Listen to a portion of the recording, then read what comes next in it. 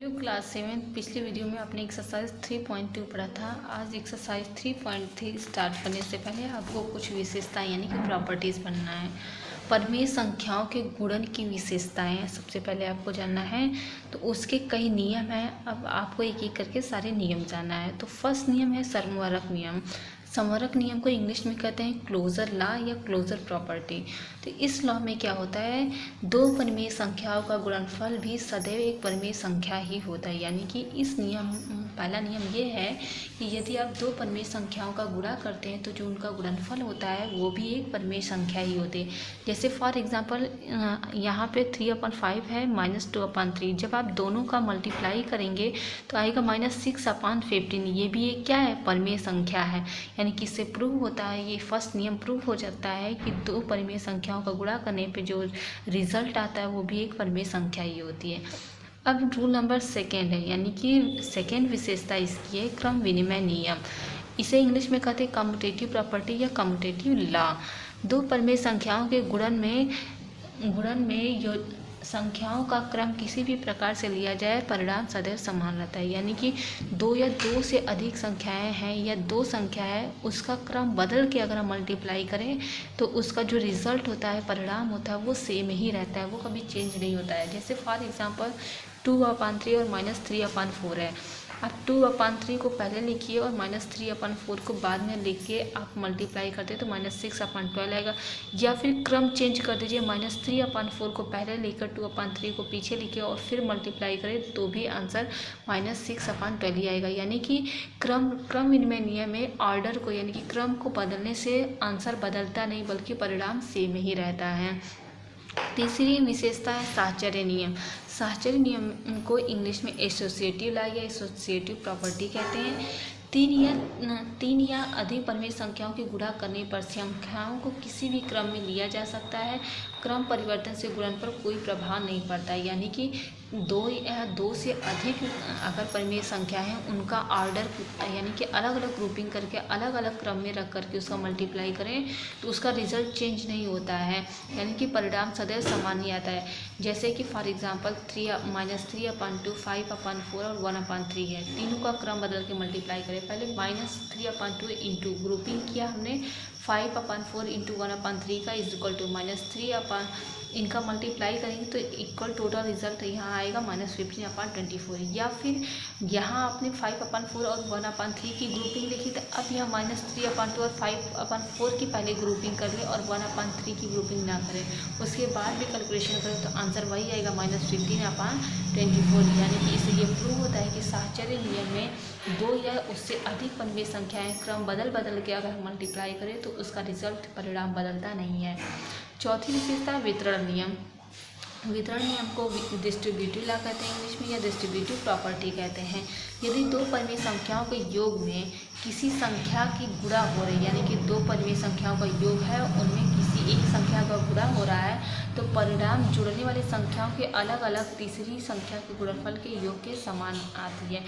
जो परिमेय संख्याएं होती है, जुड़ने वाली परिमेय संख्या जो होती है, उनका अलग अलग तीसरी संख्या के गुणनफल के योग के समान होती है। यानी कि अलग अलग गुणा करके फिर उनको ऐड करें तो जो तीसरी वाली होती है उसके इक्वल होती है।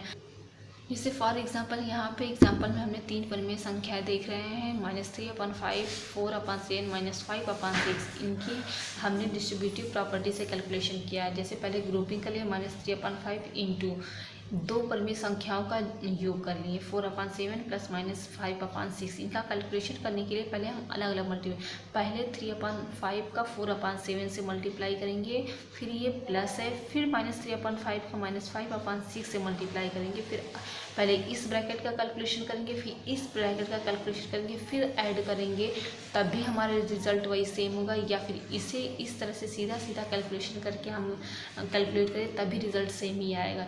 इसे कहते हैं डिस्ट्रीब्यूटिव प्रॉपर्टी। अब नेक्स्ट प्रॉपर्टी है, अब पांचवी विशेषता है शून्य से गुणा। यानी कि किसी भी परिमेय संख्या का शून्य से गुणा करने पर परिणाम सदैव शून्य प्राप्त होता है। यानी कि कोई भी परिमेय संख्या हो, चाहे छोटी हो चाहे बड़ी हो, चाहे धनात्मक हो या फिर ऋणात्मक हो, अगर शून्य से गुणा करते हैं तो वो जीरो ही होता है। यानी कि इसे कहते हैं मल्टीप्लिकेटिव बाई जीरो।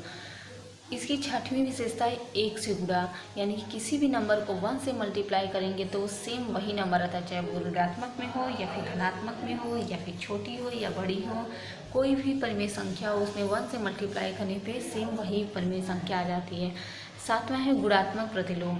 जब दो परिमेय संख्याओं का गुणनफल सदैव 1 होता है तो दो संख्याओं को परस्पर एक दूसरे का गुणात्मक प्रतिलोम कहते हैं। यानी कि कोई नंबर ले लें आप, -5/6 को अगर 1/-5/6 से मल्टीप्लाई करते हैं तो 1 आता है। यानी कि ये दोनों एक दूसरे के क्या हो गए, मल्टीप्लिकेटिव इन्वर्स यानी कि गुणात्मक प्रतिलोम हो गए। आप जैसे 2 है तो उसका गुणात्मक प्रतिलोम क्या हो जाएगा, 1/2। 3 है तो उसका गुणात्मक प्रतिलोम क्या हो जाएगा, 1/3। 1/4 है तो उसका गुणात्मक प्रतिलोम 4 हो जाएगा। ये थी विशेषताएं। अब स्टार्ट करते हैं एक्सरसाइज 3.3। अब एक्सरसाइज 3.3 में फर्स्ट क्वेश्चन दिया, निम्नलिखित का गुणनफल ज्ञात कीजिए। यानी कि 3/11 एवं 2/5 का मल्टीप्लाई करना है।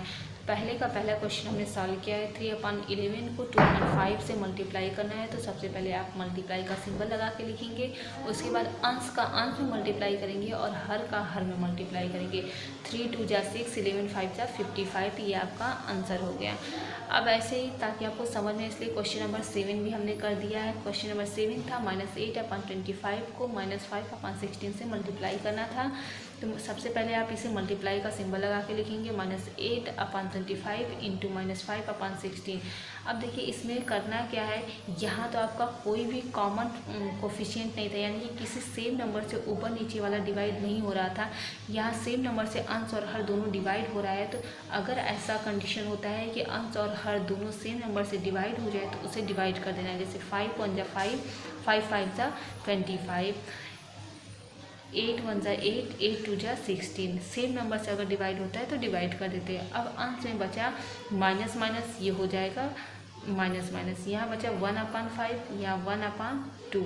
अब अंश का अंश में मल्टीप्लाई करेंगे, 1 1 जा 1, माइनस माइनस प्लस हो गया, 5 2 जा 10, ये आपका आंसर हो गया। अब क्वेश्चन नंबर 2 में दिया है, निम्नलिखित को सरल कीजिए। सरल करने का मतलब ही होता है जो सिंबल दिए हैं उसी के बेस पे आपको कैलकुलेशन करते जाना है, वही होता है सरल करना। देखिए क्वेश्चन नंबर 2 का फर्स्ट क्वेश्चन था 3/20 इंटू 4/5 मल्टीप्लाई है। इट मीन्स आपका जो अंश और हर में डिवाइड हो रहा है सबसे पहले उसे डिवाइड कीजिए। तो यह हमारा डिवाइड हो रहा था 4 1 जा 4, 4 5 जा 20। अब उसके बाद कोई नंबर किसी से डिवाइड हो नहीं रहा है तो अब उसके बाद अंश का अंश में मल्टीप्लाई और हर का हर में। 3 1 जा 3, 5 5 जा 25। बाकी क्वेश्चन ऐसे ही सॉल्व कर सकते हैं, जो नहीं आएगा ग्रुप में पूछ सकते हैं। अब क्वेश्चन नंबर 3 देखते हैं। हम केवल एक एक क्वेश्चन ही बता रहे हैं हर क्वेश्चन में। अगर किसी को ऐसा लगे कि एक और क्वेश्चन बताना चाहिए तो आप एक बार हमें ग्रुप में बता दीजिएगा कि एक आध क्वेश्चन और बता दिया तो हम एक आध क्वेश्चन और बता देंगे। अब क्वेश्चन नंबर 3 में देखिए क्या दिया, निम्नलिखित परिमेय संख्याओं का गुणनफल लिखिए। यहाँ भी गुणनफल करना है, यानी कि जो सिंबल दिए हैं उसी के बेस पे आपको कैलकुलेशन करते जाना है। उसके बाद कैलकुलेशन करने के बाद आपका आंसर आ जाएगा। तो क्वेश्चन नंबर 3 का फर्स्ट क्वेश्चन हमने सॉल्व किया है। 4/15 मल्टीप्लाइड बाई 9/5 इंटू 50/3। अब यहाँ भी सेम वही प्रोसेस है, जो नंबर सबसे पहले डिवाइड हो रहा है उसे आपको डिवाइड कर देना है। तो यहाँ देखिए 3 1 जा 3, 3 3 जा 9, ये कट हुआ। उसके बाद 5 1 जा 5, 5 10 जा 50, ये कट हुआ। उसके बाद 5 3 जा 15, 5 2 जा 10। अब कोई नंबर डिवाइड हो नहीं रहा था तो उसके बाद अंश का अंश में मल्टीप्लाई कर देंगे, 4 2 जा 8 हो गया। और नीचे 1 का 1 में मल्टीप्लाई करेंगे तो नीचे 1 हो जाएगा। और हर में कभी भी 1 लिखते नहीं तो आपका ये 8 क्या हो गया, आंसर हो गया। अब देखिए क्वेश्चन नंबर 3 में हमने एक और क्वेश्चन सॉल्व किया है, क्वेश्चन नंबर 3 का 3 क्वेश्चन, क्योंकि वो हमें थोड़ा सा डिफरेंट लगा इसलिए हमने उससे भी सॉल्व कर दिया है। तो क्वेश्चन नंबर 3 का 3 क्वेश्चन दिया हुआ था -3/2 इंटू 4/5 प्लस यहाँ 9/5 इंटू -10/3 -1/2 इंटू 3/4। सबसे पहले आपको करना क्या है, सिंबल के बेस पे ब्रैकेट का सॉल्व करना है। अब ब्रैकेट में सिंबल कौन सा है, मल्टीप्लाई का। इट मीन्स मल्टीप्लाई का सिंबल है तो जो कैंसिल होता है यानी कि जो डिवाइड होता है सबसे पहले उसे डिवाइड कर देंगे। तो 2 1 जा 2, 2 2 जा 4, 5 1 जा 5, 5 2 जा 10, 3 1 जा 3, 3 3 जा 9। और यह नंबर भी आपको लिखते जाना है जो आपका भागफल आता है। माइनस यहाँ कोई नंबर डिवाइड हो नहीं रहा था इसलिए डिवाइड किए नहीं। अब बचा क्या वो लिखना है। 3 2 जा 6 और माइनस का सिंबल है। नीचे 5 1 जा 5, प्लस यहाँ आपका 3 2 जा 6 है और यहाँ माइनस का सिंबल है तो माइनस 1 1 जा 1 माइनस 3 1 जा 3 4 2 जा 8। अब उसके बाद आपको ये ब्रैकेट को हटाना है, -6/5 ये प्लस माइनस क्या हो जाएगा -6/1 -3/8। उसके बाद आपका प्रोसेस सेम है, आपने पिछले एक्सरसाइज में पढ़ा था जब भी प्लस या माइनस के सिंबल के साथ होता है तो आपको एलसीएम लेके सॉल्व करना है। 5 और 8 का 5 1 8 का एलसीएम क्या होगा 40। उसके बाद 5 से 40 को डिवाइड करेंगे 8 आएगा, 8 से इसके अंश में मल्टीप्लाई कर देंगे तो 8 6 जा 48 माइनस 1 से डिवाइड करेंगे 40 आएगा, माइनस 8 से डिवाइड करेंगे 5 आएगा, 5 3 जा 15। अब उसके बाद सब में सिंबल माइनस का, इट मीन्स अंश में जो आएगा वो ऐड कर देगा और नीचे 40 ही आंसर आएगा। उसके बाद आपका यही आंसर होगा। यहाँ देखिए मिस्टेक हो गया है, यहाँ जब आप 1 से डिवाइड करेंगे 40 तो 40 का फिर 6 में मल्टीप्लाई करना होगा, 40 से 6 में मल्टीप्लाई करेंगे 240 आएगा। उसके बाद माइनस का सिंबल है तो इन तीनों को ऐड कर देना आपको 48 240 और 15 को ऐड करके जो भी आएगा वो माइनस के सिंबल के साथ ही लिखिएगा, क्योंकि जब माइनस वाले ऐड करते हैं तो सिंबल माइनस का ही लगता है। अब क्वेश्चन नंबर 4 है 2/9 और -3/11 2/9 और -3/11 के योग को 5/2 और 7/8 के योग से गुणा कीजिए। तो सबसे पहले आपको स्टेटमेंट जो है इस वर्ड को पढ़ के स्टेटमेंट बना के लिखना है। क्या बोला था 2/9 और -3/11 के योग, तो इन दोनों का सबसे पहले योग करके लिखेंगे। फिर 5/2 और 7/8 का योग, इन्हें भी सिंबल के साथ लिखेंगे। इन दोनों का गुणा करना है, इट मीन्स ब्रैकेट लगा के आपको मल्टीप्लाई का सिंबल लगाना है। उसके बाद कैलकुलेशन स्टार्ट करनी है। कैलकुलेशन में पहले ब्रैकेट का सॉल्व करते हैं, वो भी सिंबल के बेस पे। तो ब्रैकेट में यहाँ देखिए आपका प्लस है, तो प्लस है तो एलसीएम लेके सॉल्व करना होगा। 11 और 9 का एलसीएम 99 होगा, फिर 9 से डिवाइड करेंगे 99 को तो 11 होगा, 11 से फिर 2 में मल्टीप्लाई कर देंगे तो 2 × 11 माइनस 11 से 99 को डिवाइड करेंगे तो 9 होगा, -3 × 9, यहाँ माइनस क्यों हुआ, प्लस माइनस माइनस हो जाएगा। फिर सेकेंड ब्रैकेट में भी यही प्रोसेस होगा, 8 और 2 का जो एलसीएम होगा वो 8 आएगा।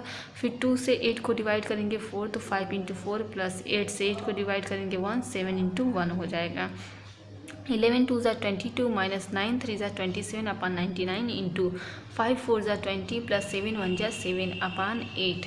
फिर 22 में से 27 को माइनस करना है, तो माइनस तो आपको बड़े नंबर से छोटे नंबर को ही माइनस करना है, बट जो सिंबल बड़े नंबर के पास होता है वही लगाता है। 27 से 22 को माइनस करेंगे तो 5 आएगा और सिंबल माइनस का लगेगा क्योंकि बड़े नंबर के पास माइनस है।